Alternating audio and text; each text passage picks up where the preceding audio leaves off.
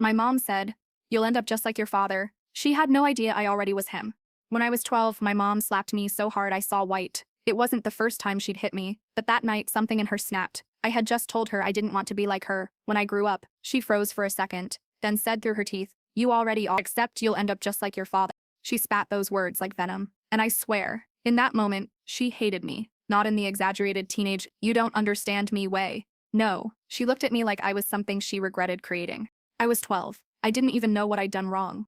My mom, Elaine, raised me on her own. She told everyone my dad walked out when I was 5. She used to say he was a selfish liar who chose his secrets over his family. Those were her words. I never questioned them because, well, I didn't know any better. And when you grow up with a mom who cries behind closed doors and keeps empty wine bottles under the sink, you just learn to stop asking questions. Still, there were moments that didn't add up. I'd have dreams about a voice. A low, soothing one that used to sing to me while I fell asleep. I'd wake up with that melody still in my head, like a ghost of someone who wasn't allowed to exist anymore. Once, when I was little, I found a painting of a child and an adult holding hands. The adult's face had been smeared with black paint, like someone wanted them gone. When I asked my mom who it was, she snatched it from me and said, "He doesn't deserve to be remembered." That was how my dad existed in my life, like an echo. I wasn't allowed to hear. As I got older, I noticed the way people at school looked at me when they met my mom. She was the type who held grudges like trophies. At PTA meetings, she'd smile politely, but whisper things under her breath. When she drank, she'd start her sermons, "Men ruin everything. You hear me, Lena? They take and leave you empty." She used to tell me I was too cold, too distant, too much like him. I didn't even know what that meant, but when you hear something enough, it sinks in. By 16, I had learned how to lie without guilt, how to smile when I didn't mean it, how to detach from things before they could hurt me. I thought that was maturity. I thought that was strength, but my therapist would later call it emotional conditioning. Fast forward a decade, me at 27, sitting in a therapist's office, trying to explain why I couldn't stay in relationships, why I felt like I was pretending to be a person instead of actually being one. "Dr. Shaw," my therapist said, "you talk about yourself like there's two of you." That stuck with me, because she was right. There was me, the version I showed to the world, composed, rational, never too emotional. Then there was the other part of me, the one that dreamed about that deep voice and wondered if maybe, just maybe, my father hadn't been the monster mom painted him to be. I didn't bring him up often. Whenever I did, mom would get this look, tight-lipped, eyes sharp, like she was building walls faster than I could ask questions. The last time I mentioned him, she said, "Lena, he's gone. That's all you need to know." But I never stopped wondering. It wasn't until last year, after my grandmother's funeral, that I found the first real piece of him.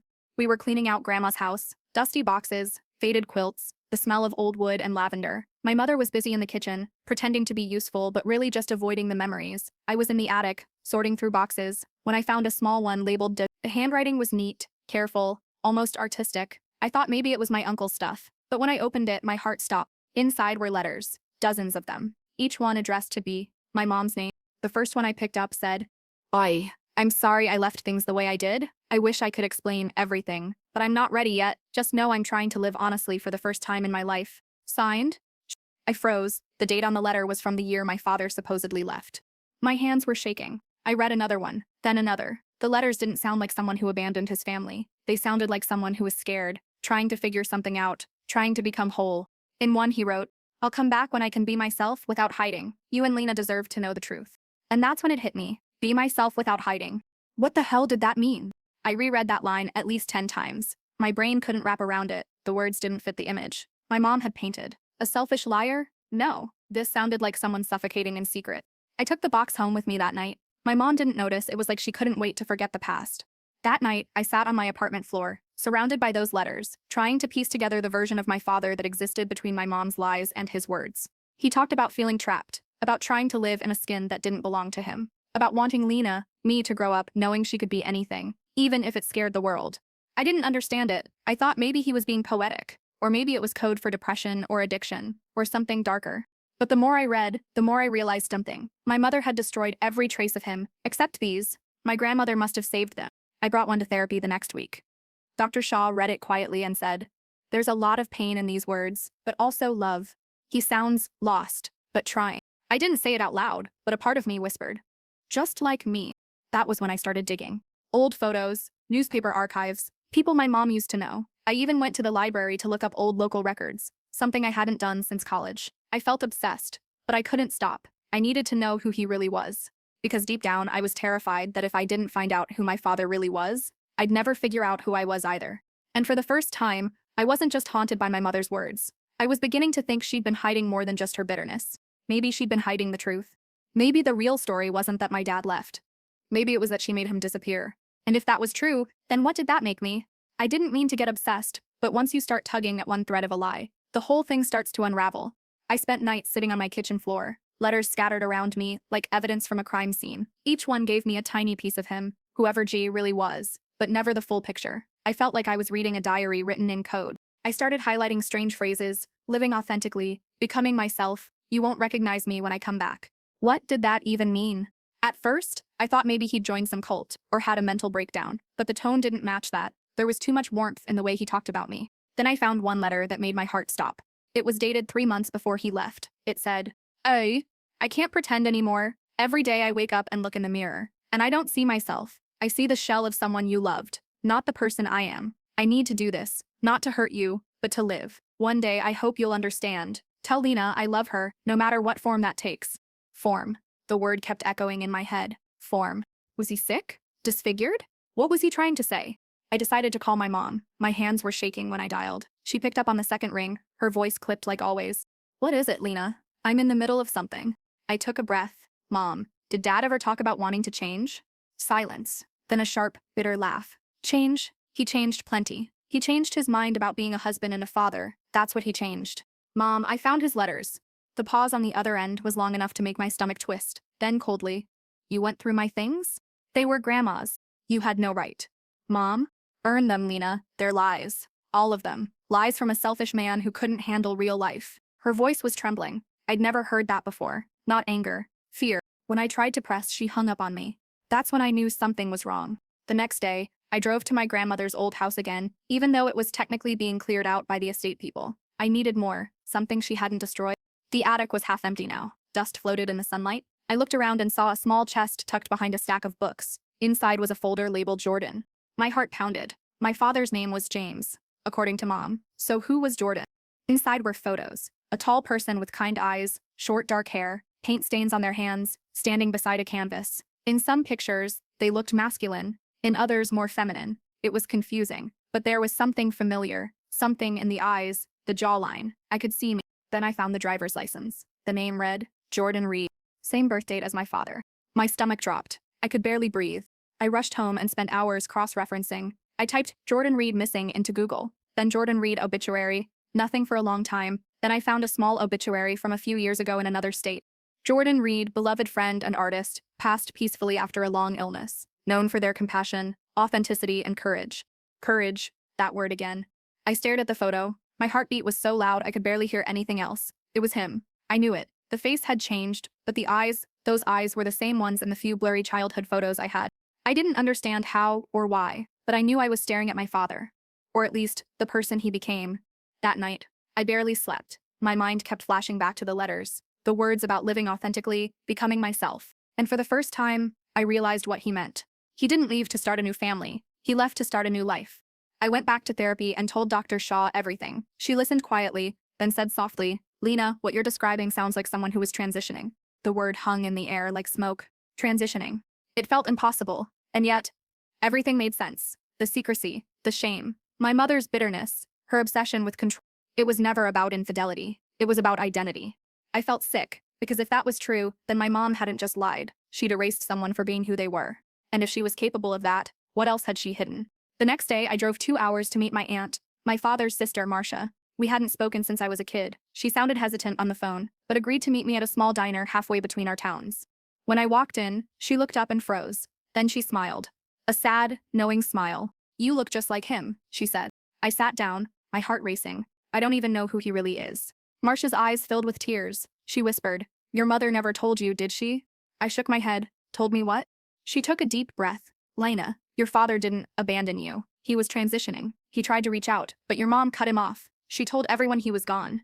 My world tilted. Everything around me, the clinking of plates, the hum of conversation, faded to nothing. I whispered, "So he became Jordan?" Marcia nodded, tears falling. "He was so happy at the end. Free, finally, but he never stopped asking about you." My throat closed up. Did he? She slid something across the table. A flash drive. "He recorded something for you before he passed. I was waiting until you were ready." My hands shook as I took it. "Why didn't anyone tell me?" She looked away. Your mom made it clear. She said if I ever brought him up again, she'd cut me out too. For the rest of the drive home, I couldn't stop crying. Angry tears, sad tears, confused tears. When I finally plugged the flash drive into my laptop, there was only one file, for Lena. I pressed play. Static, then a voice.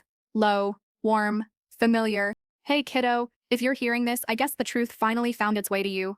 I know your mom tried to protect you in her own way, but I need you to know, there was never a day I didn't love you. I just had to love you from afar. You're allowed to be whoever you are.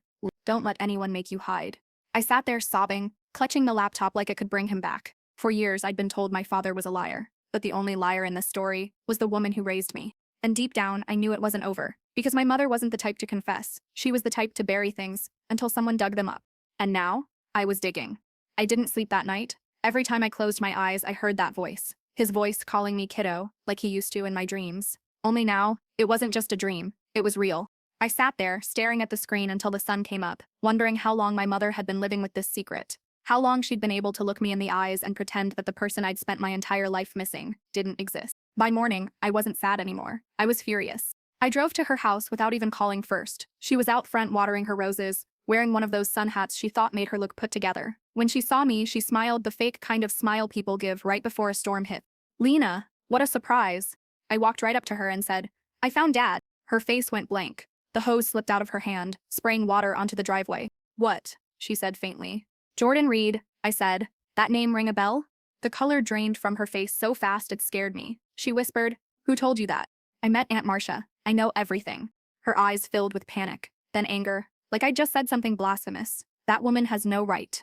I cut her off. No right to tell me the truth. He didn't leave us, Mom. You drove him away.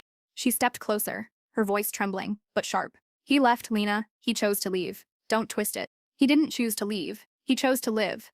The words came out of me like they'd been waiting years. I saw something flicker in her expression. Fear, maybe, but she quickly buried it under that familiar coldness. He was sick, she snapped, confused. I wasn't going to let him confuse you too. Sick? I repeated. He was finally being himself. Her hand trembled as she pointed at me. You don't know what it was like, Lena. You were a child. You didn't see what he became. I've seen him, I said, voice shaking, and I see myself in him more than I ever saw myself in you.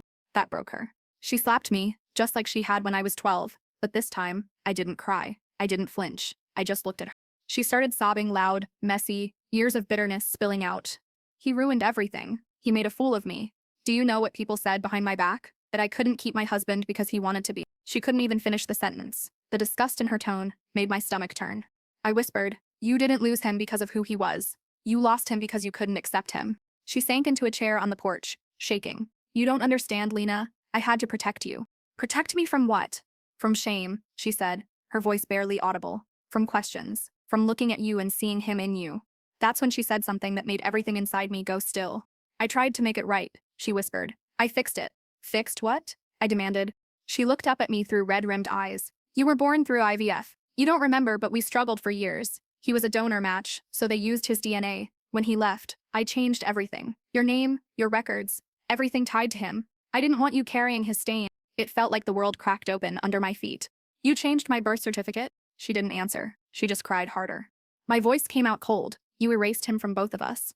I turned and walked into the house. Everything looked the same framed Bible quotes, same photo of her holding me as a baby, but suddenly it all felt wrong. I went into her study. I'd been forbidden from going in there since I was a kid. I tore through her drawers, ignoring her voice shouting behind me. And that's when I found it. A thin envelope at the bottom of a file cabinet. Inside was my original birth certificate. The name under father, Jordan Reed. My whole body started trembling. It was real. She really had changed it. When I turned around, she was standing in the doorway, her face twisted with something between rage and desperation. Put that back, she said. No. She took a step closer. You don't know what it was like for me. People whispering, calling him names, calling me names. I did what I had to do. I held up the paper. You didn't protect me. You protected your pride. Something in her expression broke. She slumped against the doorframe, whispering, I thought if I could erase him, you wouldn't end up like him. I stared at her, this woman who had built my entire childhood on a lie, and said, quietly, you were right about one thing. She looked up, confused. I am like him, and I'm done hiding. She didn't follow me as I left. She just sat there sobbing into her hands, the sound of her guilt echoing behind me.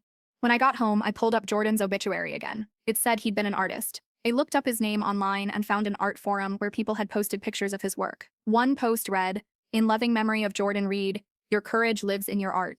I clicked the attached photo, and my breath caught. It was the same painting I'd found as a kid, the one of the adult holding hands with a child. Only this time, the adult's face wasn't blacked out. It was him. And the child was me. He'd finished it. I don't know how long I sat there, staring at that painting through my tears. For years, my mom told me my father was a monster. But looking at his art, at the warmth in those brushstrokes, I finally saw the truth. The only monster in this story was the person who tried to erase him. And I knew what I had to do next. It wasn't enough to know the truth. I had to reclaim it. I didn't go home for 3 days. After that, I couldn't.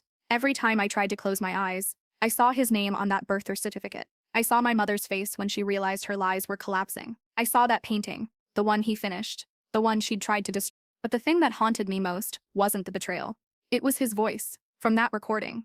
"You're allowed to be whoever you are, Lena. Don't let anyone make you hide."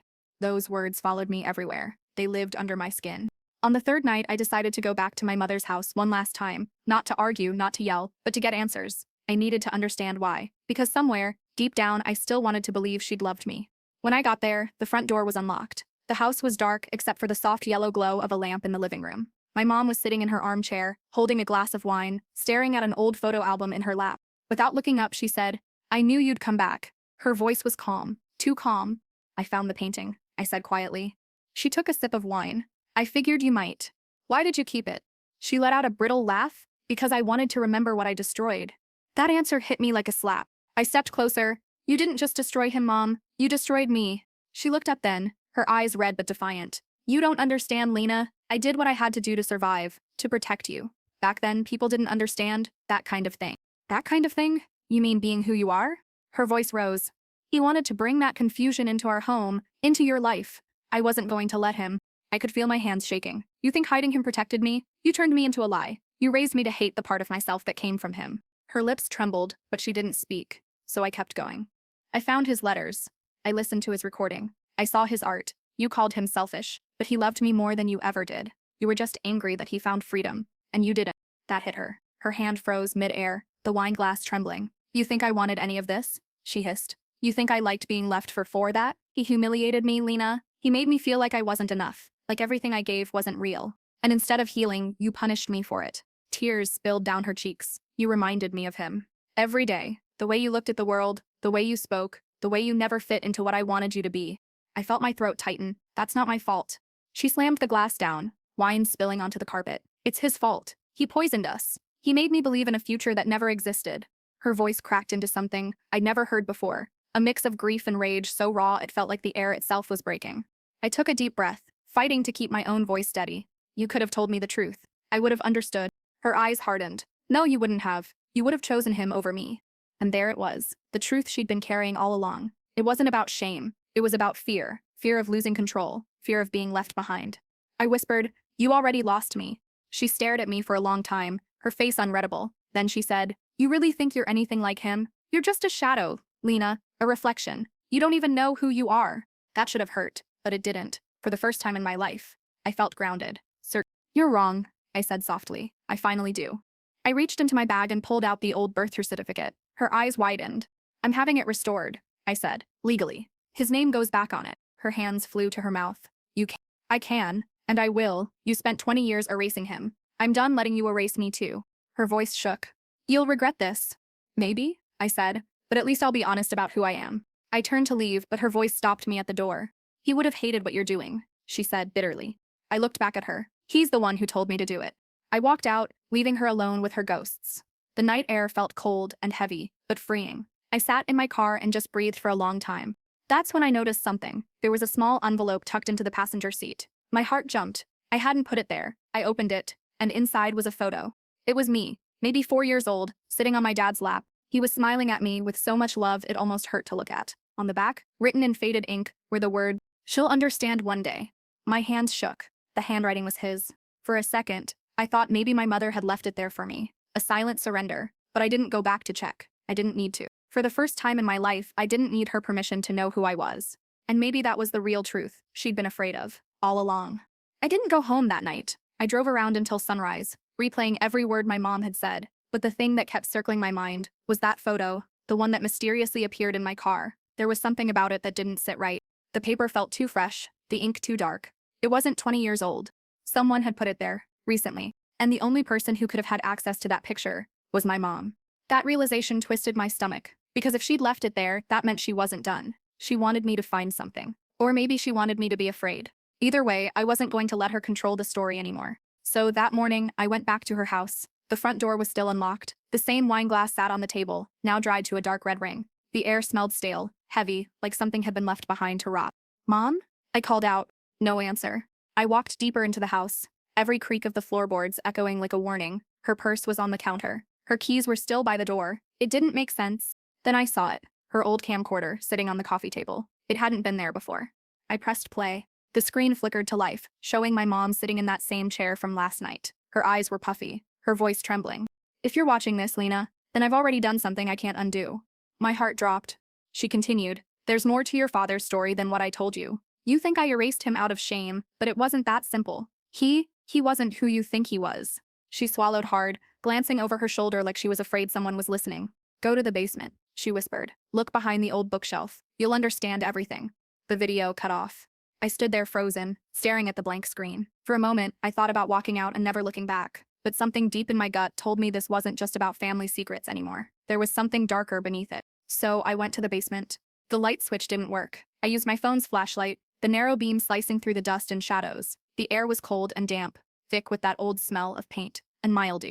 The bookshelf she mentioned was against the far wall. Huge, heavy, lined with boxes of her old scrapbooks and religious books. I pushed it aside, and behind it, I found a wooden panel. The edges were worn from being moved before. When I pried it open, I found a hidden compartment. Inside was a metal lockbox, small and rusted. I carried it upstairs, my hands trembling. It wasn't locked, just latched shut. When I opened it, the first thing I saw was a stack of photographs. At first, I thought they were old family pictures, but as I looked closer, my blood went cold. They weren't photos of us, they were photos of him, my father, all taken after the date on his death certificate.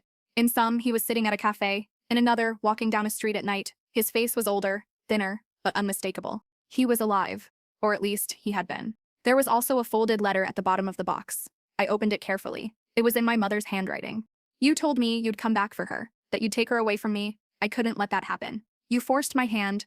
The rest of the letter was smudged with what looked like dried water stains or maybe tears. My stomach twisted. The world tilted. I grabbed my phone and checked the timestamp on the camcorder footage. It was recorded 2 days ago.